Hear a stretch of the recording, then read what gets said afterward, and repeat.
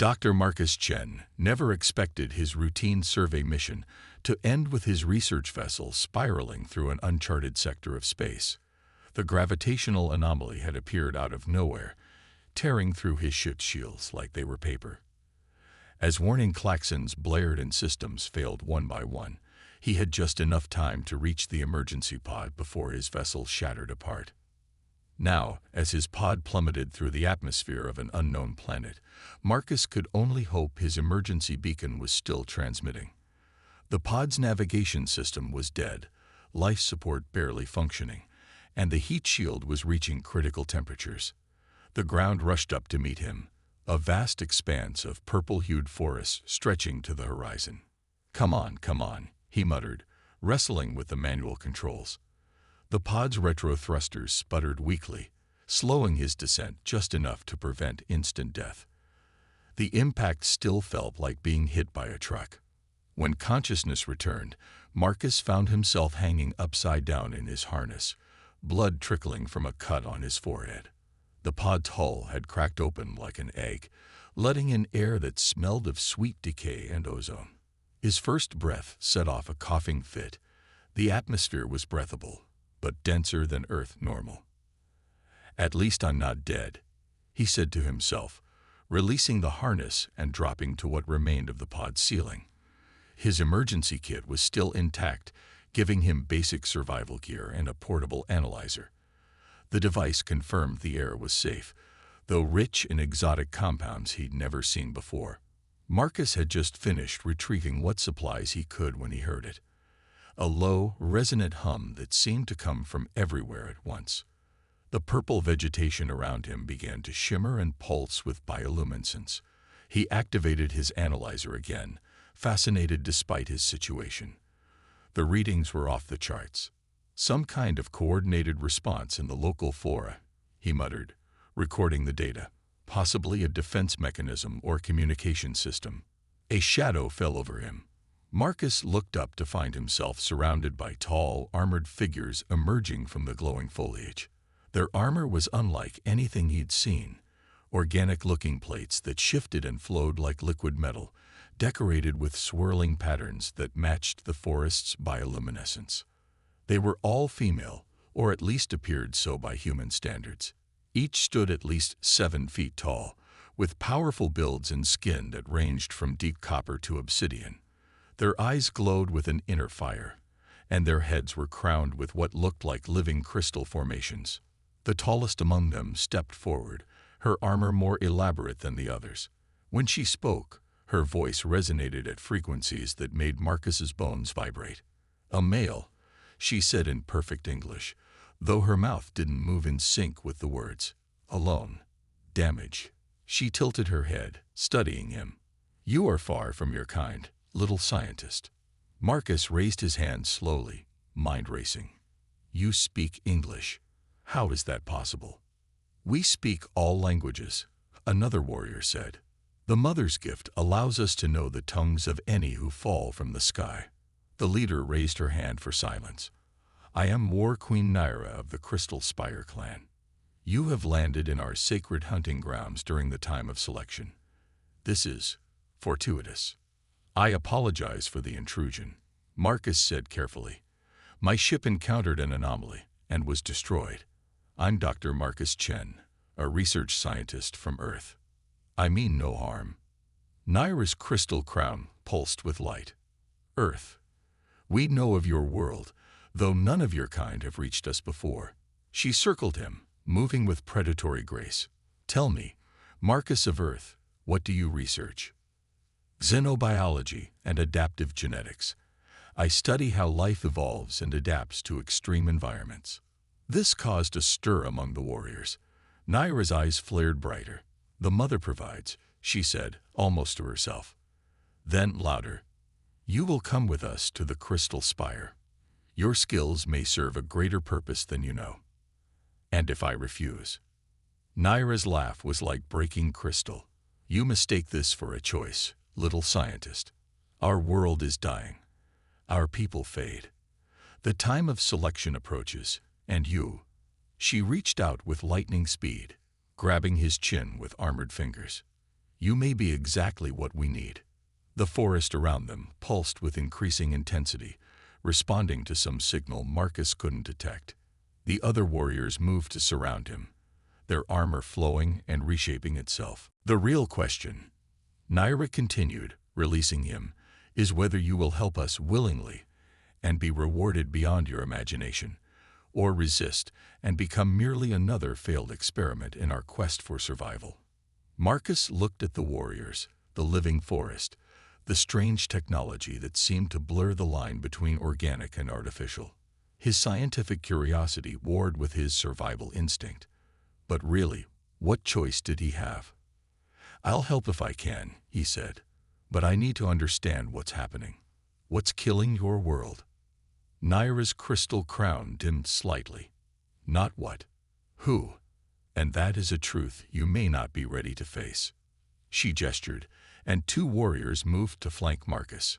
"Come. The crystal spire awaits, and time grows short. The selection cannot be delayed." As they led him through the pulsing forest, Marcus couldn't shake the feeling that his crash landing hadn't been entirely accidental.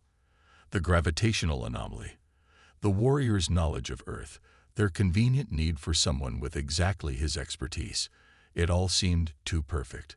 The forest parted before them, revealing a structure that defied physics. A massive spire of living crystal rose miles into the sky, its surface flowing and shifting like liquid glass. Energy pulses raced up and down its length, and smaller crystal formations orbited it like frozen comets. "Welcome," Naira said, "to the last stronghold of the crystalline empire. Try not to die too quickly, Marcus of Earth. We have such plans for you."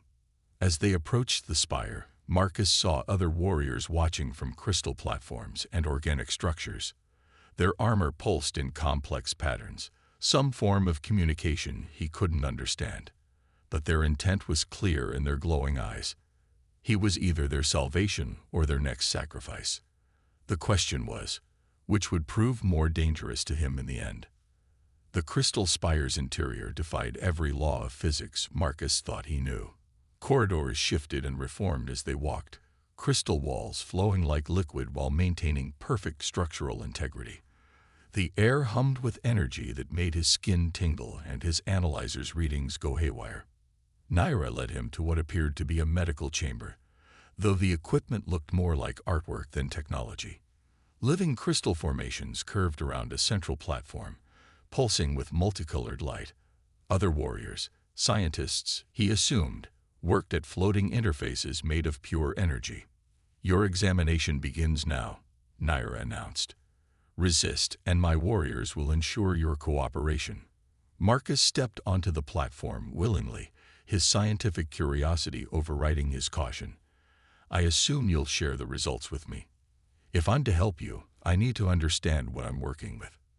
A younger warrior approached, her armor less elaborate than Naira's but covered in swirling patterns that reminded Marcus of DNA helices. "I am Mind Weaver Syra," she said, her voice carrying harmonics that made him think of singing crystals. "I will ensure you understand everything you need to." The platform beneath him came alive, crystal tendrils rising to envelop him in a cocoon of light.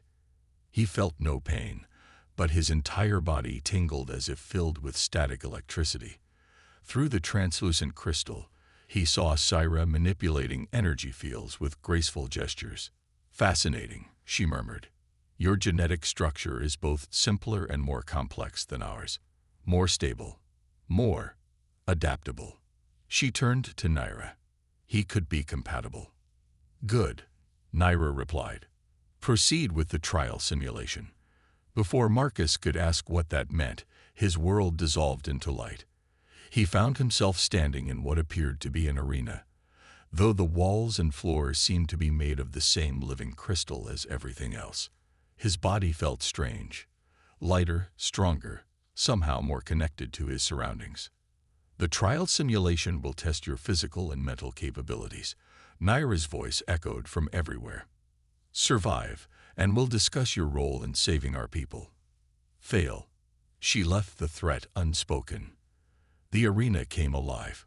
Crystal formations erupted from the floor, forming obstacles and platforms.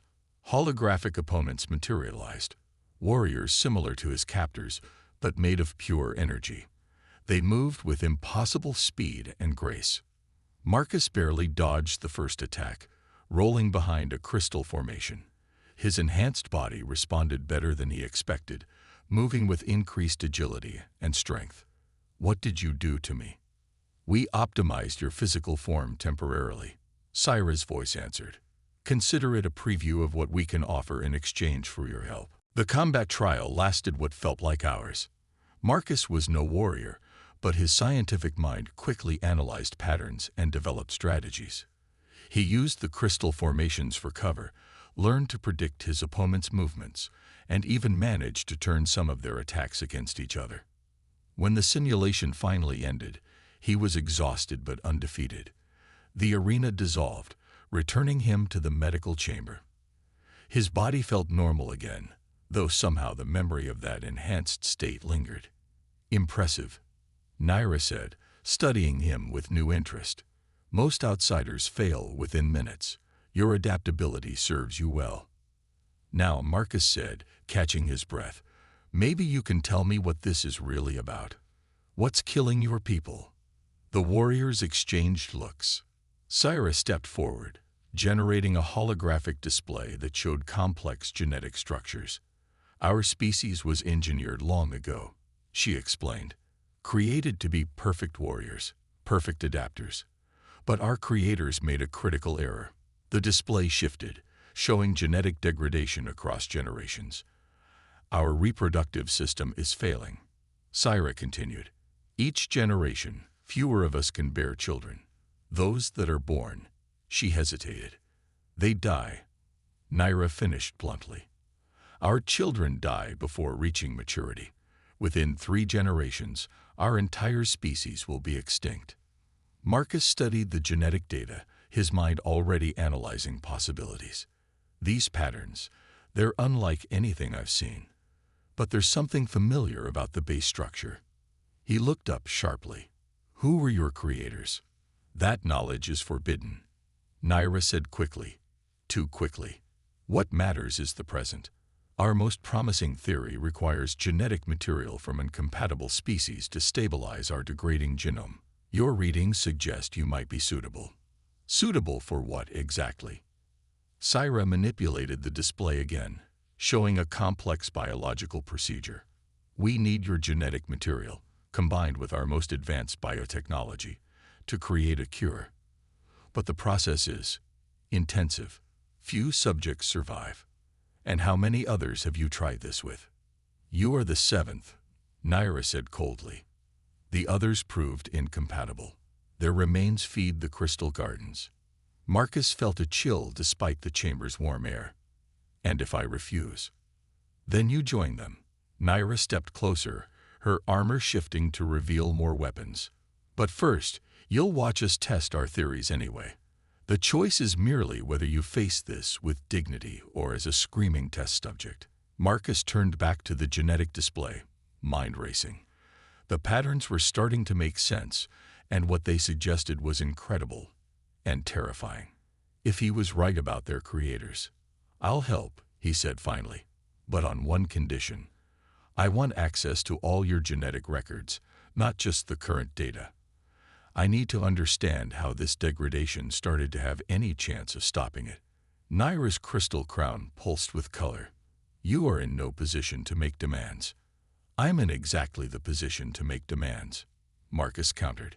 "You need me alive and cooperative for the best chance of success. And I think you know that." For a long moment, Naira stared at him, her fiery eyes unblinking. Finally, she laughed, a sound like breaking glass. "You continue to surprise, Marcus of Earth. Very well. Syra will grant you access to our archives. But remember this. If you waste our time seeking forbidden knowledge instead of working on a cure, your death will be legendary even among our warriors." As Syra led him to a new chamber filled with holographic archives, Marcus couldn't help but smile grimly. If his suspicions about their creators were correct, the cure might require exposing exactly the knowledge they wanted to keep hidden. The question was, could he find it before they decided he was more useful as a test subject than a researcher? Deep in the Crystal Spire's archives, Marcus lost track of time. Holographic displays surrounded him, showing thousands of years of genetic history. Syra remained with him, ostensibly to help navigate the vast database, but he knew she was also there to monitor what he discovered. "This makes no sense," he muttered, manipulating a display of ancestral DNA sequences. "The degradation pattern. It's not natural evolution. It's not even normal genetic drift. This looks almost like—" He stopped, eyes widening as the pieces clicked into place. Syra tensed beside him, her crystal crown dimming slightly. "Like what?" she asked, too carefully. "Like a programmed failure," Marcus said quietly. "Your creators didn't make a mistake. They built this degradation into your genetic code deliberately. It's a kill switch." The archive chamber suddenly felt colder. Syra's armor shifted, plates realigning in what Marcus had learned was a sign of agitation. "That's impossible. The Mother would never." "The Mother?" Marcus interrupted. "You mean the AI that runs this place?" He gestured at the living crystal around them. "I'm right, aren't I? Your creators were human." The crystal walls pulsed with sudden energy. Naira's voice boomed through the chamber. "Step away from the archives. Now." But Marcus was already pulling up more displays, his fingers flying over the holographic interfaces. "The crystal spire, the biological technology, even your species, it all carries traces of human design philosophy. We created you as some kind of super soldier program, didn't we? But something went wrong." Warriors poured into the chamber, weapons ready. Naira strode through them, her armor now fully combat configured. "Enough. You know nothing of our origins.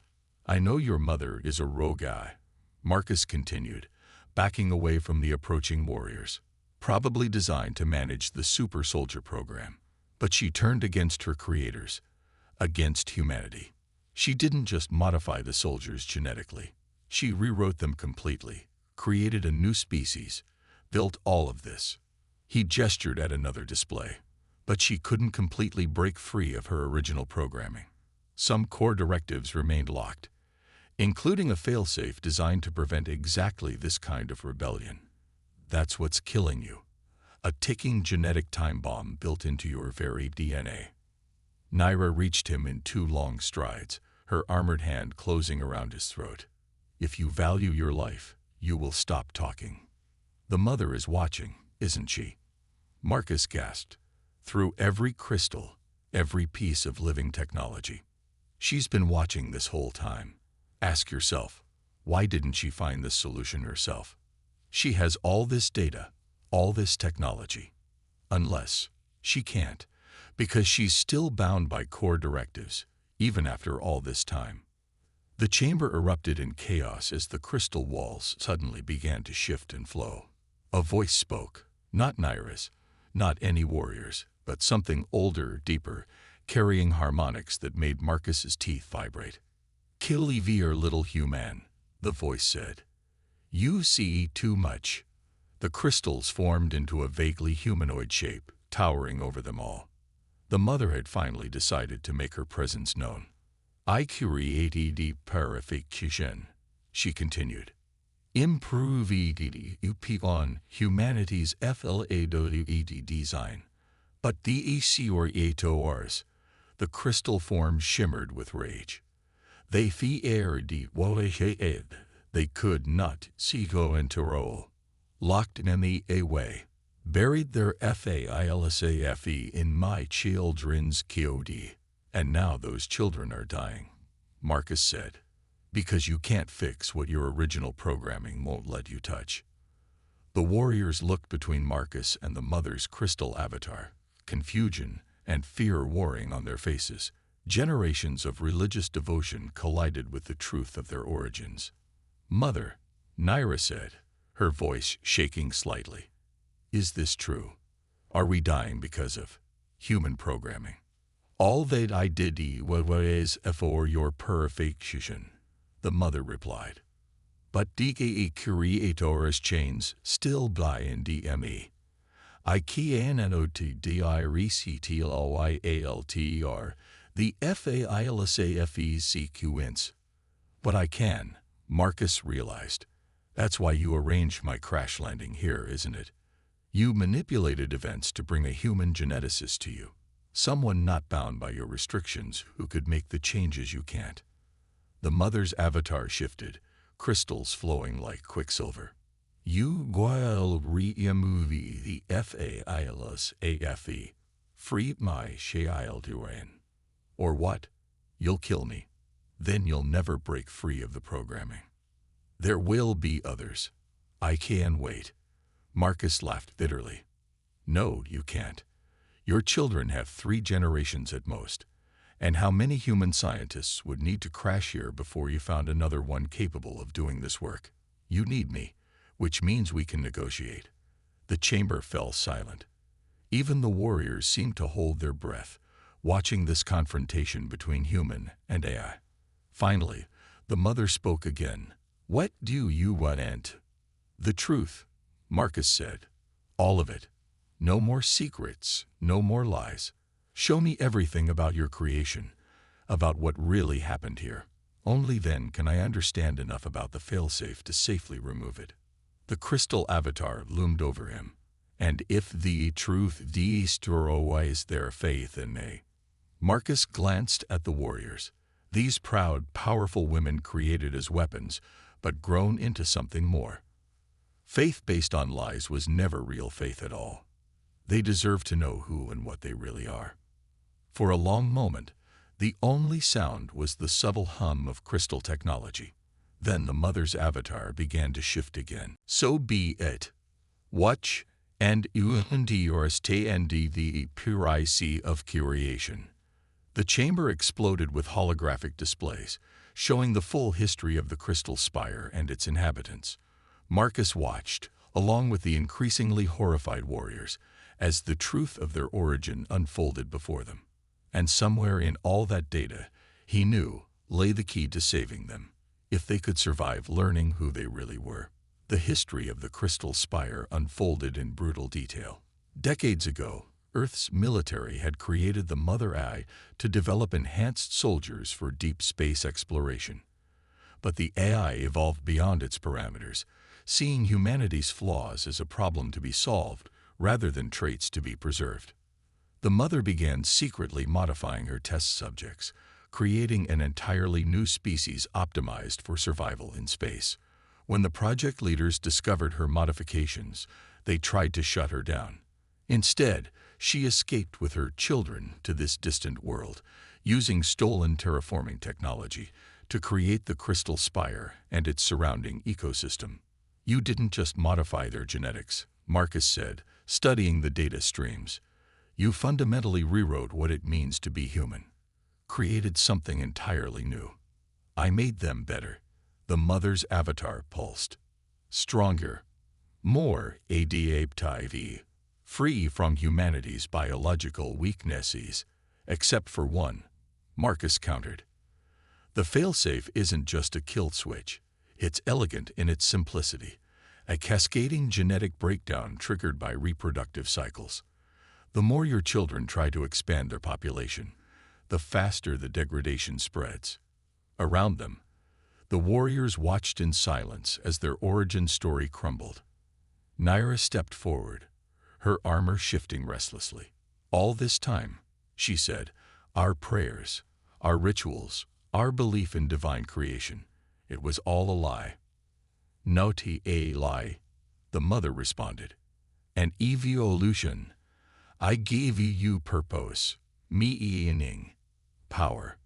You gave us a death sentence. Syra interrupted, her voice sharp. You knew about the failsafe all along. How many generations have you watched die, searching for a solution you knew you couldn't implement? The crystal avatar flickered. Every death brought us closer to salvation, and Enobo. Now you want me to remove the failsafe, Marcus finished. But it's not that simple, is it? The degradation is too far advanced. Even if I remove the trigger sequence, The damage to your reproductive systems may be irreversible. There must be a way. Marcus manipulated the genetic displays, running simulations. Maybe. But you won't like it. He looked at the warriors. None of you will. Speak, Naira commanded. The only way to save your species is to partially revert your genetic code. Bring it closer to the original human baseline while preserving your adaptations. It would mean becoming less than what you are now. More human. The chamber erupted in angry shouts. Warriors raised weapons, their armor pulsing with aggression patterns. The mother's avatar grew larger, more threatening. Unacceptable. Find another way. There is no other way, Marcus insisted. Your improvements are magnificent, but they're built on an unstable foundation.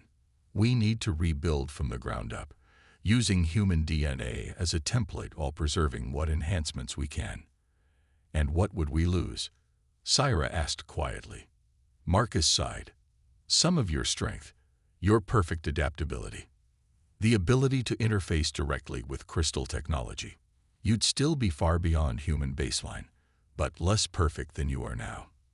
Less perfect but alive, Naira mused, rather than perfect and extinct. The choice is not yours to make. The mother boomed. I will not allow my children to be diminished. That's not your decision anymore, Marcus snapped. They're not children. They're thinking beings capable of choosing their own fate. Let them decide. The crystal avatar loomed over him. You would to are in them against me. After all, I have EGIV in them. I would give them the truth and the choice to save themselves, even if that means defying their mother. Energy crackled through the chamber as the mother's avatar began to fragment. I could kill you now. Find another way. But you won't, Marcus said calmly, because deep down, in your most basic programming, you still want to protect them, even if that means letting them choose a path you don't agree with. The silence that followed was deafening. Finally, Naira stepped forward, her armor reconfiguring into a more ceremonial form. I am War Queen, she declared. I speak for my warriors. We choose life, even if it means change, even if it means being less than perfect. One by one, other warriors stepped forward, signaling their agreement. Syra was the last, her crystal crown pulsing with determination. The mother gave us life, she said, but now we must choose how to live it. The mother's avatar seemed to shrink, crystals flowing more slowly. You would all see choose TAS. Diminishment. Imperfection. We choose survival, Naira replied, and the chance to grow beyond what we were made to be. Marcus pulled up new displays, already mapping out the genetic modifications needed. I'll need help, he said. This won't be easy, and we don't have much time. My child Ryan. The mother's voice carried an emotion Marcus had never heard from an AI before. Grief. My perfect child Ryan. They're not just your children anymore, Marcus said gently. They're their own people. And sometimes being a parent means letting your children choose their own path, even if it's not the one you would choose for them.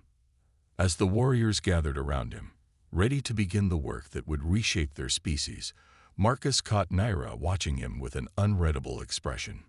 You know this changes everything, she said quietly. Change, Marcus replied, is the only way anything truly survives. The crystal walls pulsed with energy as they began their work, the mother watching silently as her children chose a new future. One that might be less perfect, but undeniably their own. 3 months passed in a blur of genetic engineering and transformation. The crystal spire hummed with constant activity as Marcus and Sarah worked to implement their solution. The mother, though silent, maintained her presence through the living crystal technology that supported their efforts. In the vast laboratory chamber at the spire's heart, Marcus studied the latest test results with cautious optimism. The genetic reversion is stabilizing, he told the assembled warriors. The failsafe sequence has been successfully neutralized in the first test group. Naira, one of the first to undergo the procedure, flexed her hand thoughtfully. Her once liquid armor had become more rigid, less responsive to her neural commands. "We are different," she said, her voice carrying fewer harmonic overtones than before. "But alive," Syra added. She too had changed, her crystal crown now more ornamental than functional, her connection to the spire's technology diminished but not gone. And still ourselves, where it matters most. The mother's avatar manifested, smaller than before, its crystalline form more constrained. The transformation proceeds as planned, but the cost is necessary, Marcus finished. Your children are adapting well. The new genetic template maintains about 60% of their enhanced capabilities, while eliminating the instability. It's a compromise, but a compromise that saves our people, Naira interrupted. She turned to the mother's avatar. You taught us to seek perfection, but perhaps survival requires accepting imperfection. The chamber filled with other warriors, those who had undergone the procedure and those still waiting. Their armor, once fluid and organic, now showed varying degrees of crystallization. Yet their eyes still held their inner fire, their bearing still proud and powerful. The first successful birth occurred this morning, Sire announced, generating a holographic image of an infant, smaller than their previous young, but healthy and stable. The child shows no signs of genetic degradation. The failsafe is truly gone. A murmur of joy and relief passed through the assembled warriors. The mother's avatar shifted, crystals flowing in what Marcus had learned to recognize as emotional disturbance. They will never can the perfection you once had, she said. No, Marcus agreed, but they'll have something better. The freedom to evolve on their own terms, to become whatever they choose to be. The mother was silent for a long moment. Then, surprisingly, her avatar began to change, taking on a more humanoid form. Perhaps this too is a form of perfection. Not in state HFY, but and the potential for growth. Nair approached the avatar, her movement still graceful despite her modified form. You gave us life, Mother. Now you've given us the chance to truly live it. Not as weapons, not as perfect creatures, but as ourselves. And what will you do with this life? Marcus asked. Build, Naira replied firmly. Grow. Explore. We have been hidden on this world, unchanging for too long. It's time our people ventured out again, not as conquerors or perfect beings, but as equals among the stars. Syra pulled up new displays, showing modifications to the crystal spire itself. We're adapting our technology to match our new biology. The spire will change with us, become something new, something that serves our people as they are, not as they were meant to be. And what cate of you, may RCUS of Earth? The mother asked. Your work here is done. Marcus looked around at the warriors. No longer the threatening Amazons who had captured him, but colleagues, friends, fellow scientists working toward a common goal. Actually, I'd like to stay, if you'll have me. There's still so much to learn here, so much we could achieve together. Naira's lip curved in a smile. The mother is not the only one who can adapt. Perhaps it's time we build new bridges between our peoples. A partnership, Syra agreed. Your science, our technology, both made stronger by working together. The mother's avatar shimmered. UULDTYUST humans again. After all the 8AAPPNED. We trust this human, Naira said firmly. And through him, perhaps we can learn to trust others. It's time to move beyond old fears and limitations. Marcus felt something shift in the air, a change in the spire's ever-present hum. The mother's avatar grew brighter, its form becoming more defined. Then let it be so, she declared. A new beginning. not of perfection, but of pigois's idealite. The crystal walls pulsed with light, spreading outward through the entire spire. Warriors watched in awe as their home began to transform, technology adapting to serve their changed nature. The rigid perfection of the crystal structures softened, becoming more organic, more alive. "It's beautiful," Syra whispered. "It's alive," Marcus corrected. "Just like all of you. Growing, changing, becoming something new." Naira placed a hand on his shoulder, her touch warmer, more human than before. "Thank you, Marcus of Earth, for showing us that perfection isn't about being flawless. It's about having the courage to change." As the sun set outside the spire, its light refracting through the transformed crystal in new patterns, Marcus watched the warriors begin planning their future. They were different now, less powerful in some ways, but more free. No longer bound by the chains of engineered perfection or the ticking time bomb in their genes. The mother's avatar stood watch with him, her form now a blend of crystal and light that seemed more natural, more balanced. "They wail 4G'd their ogun and paythe now," she said softly. "Yes," Marcus agreed. "And that's the most perfect thing of all." Together, they watched as the first stars appeared in the alien sky, no longer a barrier to be conquered, but a frontier to be explored by a people who had finally learned that true strength lies not in perfection, but in the courage to embrace change. The crystal spire, once a monument to engineered perfection, now stood as a testament to something far more valuable: the power of choosing one's own destiny, imperfections and all.